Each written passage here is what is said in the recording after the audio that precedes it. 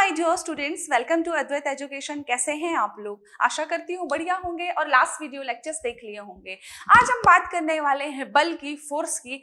Force क्या होता है चलिए देखते हैं। ठीक है, फोर्स की जब भी मैं बात करती हूँ तो हमारे दिमाग में यदि मैं बल की बात कर रही हूँ तो सिर्फ दो चीजें पहले आती हैं। क्या?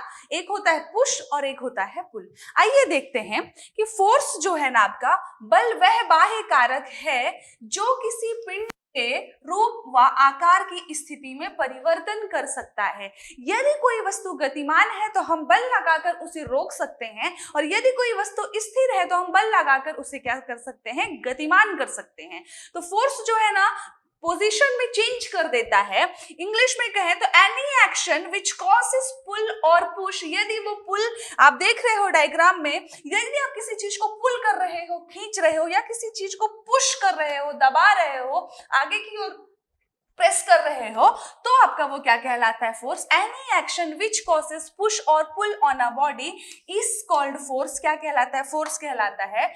Force are used in our everyday action like pushing, pulling, lifting, stretching, twisting and pressing. ठीक है, तो बेसिकली देखा जाए ना कि हमारा जो बल है क्या? तो बल जो है ना स्थिति में परिवर्तन। यदि आपकी कोई वस्तु जो है स्थिर है तो गतिमान हो जाएगी, गतिमान है तो वो स्थिर हो जाएगी। ठीक है, यदि नॉर्मली हम डिफाइन करें फोर्स क्या है, तो फोर्स जो है ना वस्तु की स्थिति में परिवर्तन कर देता है, जैसे कि हमारा पुश और पुल। ठीक है, चलिए आगे बढ़ते हैं। अब फोर्स जो है ना हमारा, फोर्स हमने देखा क्या है, फोर्स की जो इकाई होती है, एसआई इकाई है आपकी न्यूटन। क्या है? एसआई इकाई आपकी न्यूटन है। और 1 न्यूटन इज इक्वल टू कितना होता है? 1 न्यूटन इज इक्वल टू होता है 1 किलोग्राम मीटर पर सेकेंड स्क्वायर। एक न्यूटन बल क्या है? न्यूटन बल की इकाई है, और जो सीजीएस इकाई है वो आपकी होती है डाइन। ठीक है, 1 न्यूटन फोर्स क्या होता है? यदि कोई वस्तु, सपोज करिए इस रिमोट का यदि द्रव्यमान 1 किलोग्राम का है, यदि 1 किलोग्राम द्रव्यमान की वस्तु का त्वरण 1 मीटर पर सेकंड स्क्वायर है। क्या कहा मैंने? यदि 1 किलोग्राम वस्तु का भार है, ठीक है, और उसका त्वरण कितना है? 1 मीटर पर सेकेंड स्क्वायर यदि उसका त्वरण है, तो उस पे लगने वाला बल कितना होगा? आपका 1 न्यूटन का होगा। तो 1 न्यूटन बल क्या है? 1 न्यूटन बल वह है जो 1 किलोग्राम द्रव्यमान की वस्तु पर 1 मीटर पर सेकंड के त्वरण पर यदि हमें 1 न्यूटन का बल लगाना पड़े तो आपका कहलाएगा वो फोर्स 1 न्यूटन का। अब ये पूछता है एग्जाम में आपका कि 1 न्यूटन इज इक्वल टू, मतलब न्यूटन और डाइन में रिलेशन क्या है? तो 1 न्यूटन इज इक्वल टू होता है 10 to the power 5 dyne. Unit भी पूछता है कि फोर्स की यूनिट क्या है? तो फोर्स की एसआई इकाई है आपकी न्यूटन, और फोर्स की सीजीएस इकाई है आपकी डाइन। ठीक है, एसआई यूनिट कहें तो है न्यूटन, और सीजीएस यूनिट है आपके डाइन। ठीक है, और क्वेश्चन क्या पूछता है? पूछता है कि 1 न्यूटन इज इक्वल टू कितने डाइन? ठीक है, 10 टू द पावर 5 डाइन। चलिए, हमारा जो बल होता है, बल दो प्रकार के होते हैं बेसिकली। क्या क्या होते हैं? Balanced force and unbalanced force. Balanced force कहें या इसी को कहते हैं संतुलित बल, या कि दूसरा होता है हमारा असंतुलित बल। तो आइए देखते हैं ये संतुलित बल क्या होता है, बैलेंस्ड फोर्स क्या होता है। बैलेंस्ड फोर्स आपके सामने डायग्राम में एकदम क्लियर ही दिख रहा है। बैलेंस्ड फोर्स वह फोर्स है जिसमें नियत बल का मान जो होता है ना वो शून्य होता है। मतलब देख रहे हो कि ये बढ़िया, इसमें दोनों लोग बैठे हुए हैं, और दोनों लोग जो बैठे हुए हैं तो इसमें क्या है, एक फोर्स इधर काम कर रहा है, एक फोर्स इधर काम कर रहा है, लेकिन दोनों ही फोर्स इक्वल है। तो जब दोनों ही इक्वल एंड अपोजिट डायरेक्शन में हैं तो उनका नियत जो बल होगा वो तो शून्य होगा। तो बैलेंस्ड फोर्स क्या है? जब किसी वस्तु पर एक साथ कई बल कार्य कर रहे हो, ठीक है, ये वस्तु पर 2 बल कार्य कर रहे हैं, ठीक है, 2 से ज्यादा भी हो सकते हैं, तो उनका परिणामी बल जो होता है ना शून्य होता है। ये देखो ना, ये ब्लॉक रखा हुआ है, ठीक है, इस ब्लॉक को ये आदमी इधर से पुश कर रहा है और ये आदमी इधर से कर रहा है। अब इसमें 2 बल लग रहे हैं, एक इस डायरेक्शन में और एक इधर है इस डायरेक्शन में, लेकिन जो उनका नियत बल है वो शून्य होगा। क्यों? क्योंकि दोनों ही अपोजिट डायरेक्शन में है और बराबर है। तो संतुलित बल वह बल है, संतुलित तो हमें वर्ड से ही क्लियर हो गया, संतुलित है मतलब बराबर होगा। डायग्राम में भी हम देख पा रहे हैं कि दोनों तरफ फोर्स लगने वाला क्या है? इक्वल है।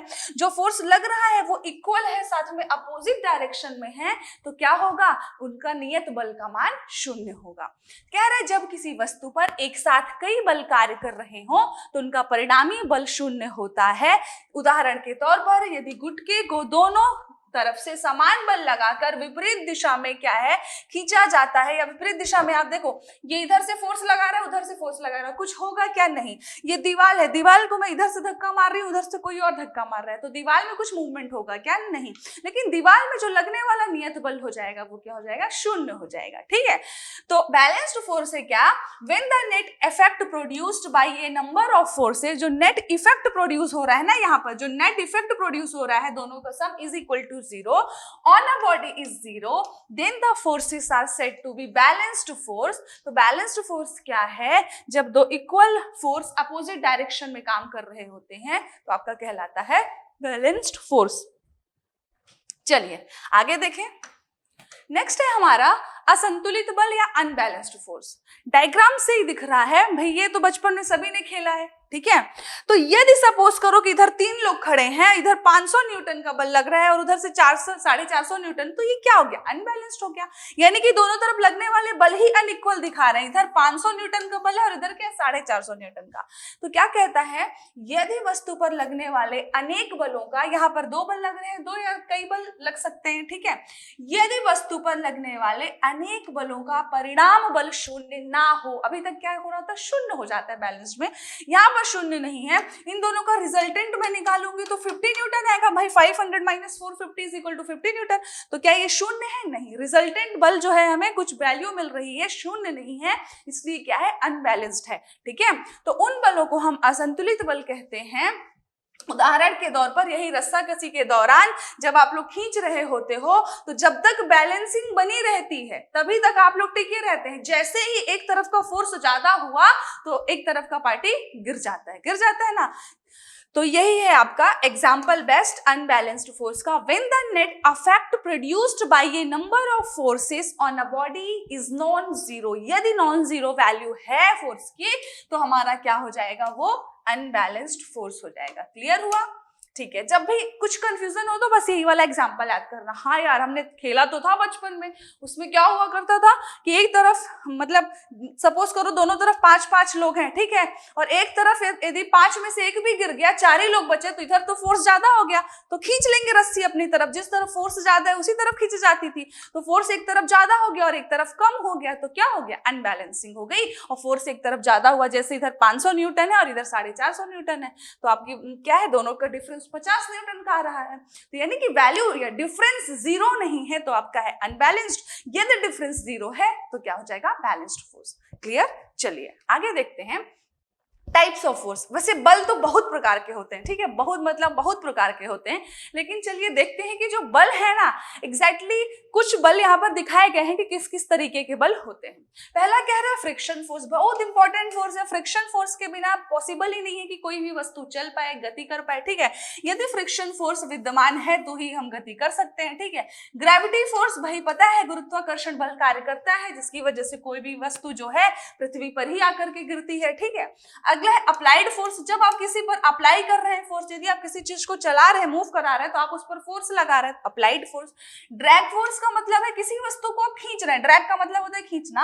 अब जैसे यहाँ पर आप इसको पकड़े हुए हैं तो कहीं ना कहीं एक तरह से आप उसको खींच रहे होते हैं, तो हो जाएगा आपका ड्रैग फोर्स। अगला है स्प्रिंग फोर्स, तो भाई पता है हमको, यदि किसी स्प्रिंग के द्वारा बल लगाया जाएगा तो वो आपका कहलाएगा स्प्रिंग फोर्स। मैग्नेटिक फोर्स क्या है, मैग्नेटिक फोर्स यानी चुंबकीय बल क्या हो जाएगा, जब चुंबकीय क्षेत्र द्वारा उत्पन्न बल जो होगा आपका चुंबकीय बल कहलाएगा या मैग्नेटिक फोर्स कहलाएगा। टेंशन फोर्स क्या है, अभी अभी हमने देखा कि 2 लोग पकड़ के रस्सी को खींच रहे थे, टेंशन का मतलब होता है तनाव, तो उस रस्सी में क्या हो रहा है, यहाँ पर तनाव क्रिएट हो रहा है, तो ये क्या कहलाएगा आपका टेंशन फोर्स। अगला है बायकॉन्ट फोर्स, तो बायकॉन्ट फोर्स में क्या होता है, बायकॉन्ट फोर्स में किसी वस्तु का ना, ये जो है ना ग्रेविटी के अपोजिट काम करता है, ऊपर की तरफ, ठीक है, तो ये जो है ऊपर की तरफ काम करता है, तो ये भी कहलाता है आपका बायकॉन्ट फोर्स। इतने फोर्सेस हैं, और भी बहुत सारे फोर्सेस होते हैं, एक हमने ओवरव्यू देख लिया है कि ऐसे ऐसे फोर्सेस होते हैं, ठीक है। चलिए आगे बढ़ते हैं।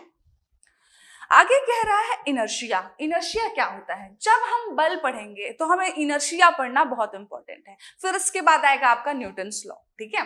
तो इनर्शिया क्या है, इनर्शिया या कहें इसी को जड़त्व, ठीक है, ये जड़त्व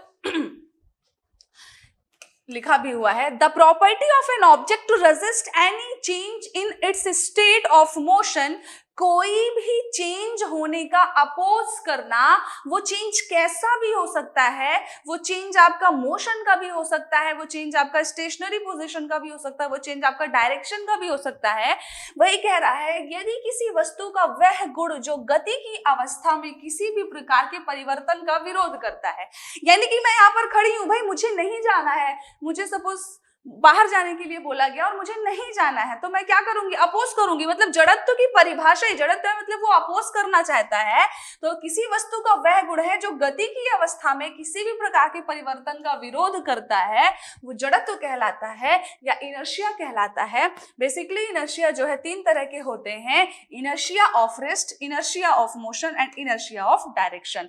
इनर्शिया ऑफ रेस्ट को हम क्या कहते हैं, इनर्शिया ऑफ रेस्ट को हम आराम की जड़त्व भी कहते हैं। अब ये आराम का जड़त्व क्या है, यदि कोई वस्तु अपने आराम की स्थिति में परिवर्तन का विरोध करता है तो वो उसकी जड़त्व क्या कहलाती है, आराम का जड़त्व कहलाता है।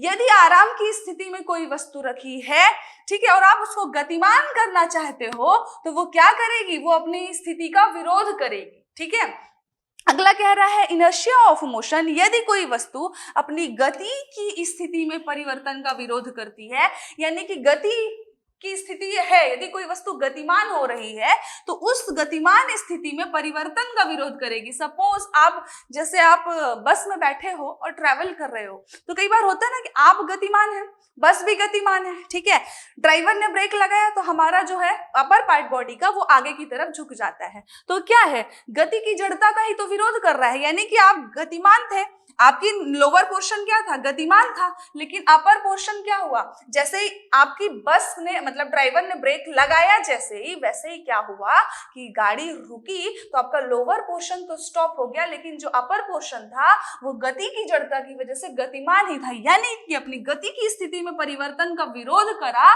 तो वो क्या हो गया, आपका आगे की ओर आकर के आप झुक जाते हो। ठीक है, अगला है इनर्शिया ऑफ डायरेक्शन या दिशा की जड़ता। तो यदि कोई वस्तु अपनी गति की दिशा में परिवर्तन का विरोध करेगी, यदि कोई गतिमान है उसको अपनी दिशा बदलनी है तो भी वो विरोध करती है, तो ये आपका कहलाएगा दिशा का जड़त्व। तो ये हमने देखा कि जड़त्व क्या है, बेसिकली जड़त्व जो है ना, स्थिति में परिवर्तन का विरोध करना। कोई भी स्थिति कैसे भी है, विराम है, गतिमान है, डायरेक्शन में है, तो वो उन तीनों स्थितियों का चेंज होने का विरोध करती है।